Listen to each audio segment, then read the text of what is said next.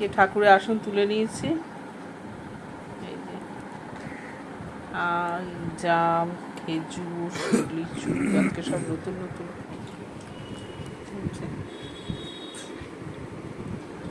বর খাচ্ছে, শুয়েছিল, ডেকে দিলাম।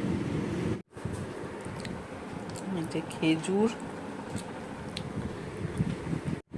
গরমের সময় যখন ছুটি পড়তো দেশে যেতাম, ঠাকুর বাড়িতে একটা খেজুর গাছ ছিল, কি মিষ্টি, আর বড় বড় খেজুরগুলো সব গাছের তলায় পড়ে থাকতো, সকালবেলা উঠলে সেগুলো কুড়িয়ে তারপরে খেতাম, কি মিষ্টি।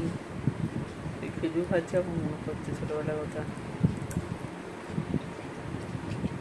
তারপরে জাম, জাম গাছও ছিল। আমাদের পড়ার একটা বন্ধু আছে, জাম গাছ ছিল বাবলি বাড়িতে, তাদের বাড়ি থেকে জাম খেতাম।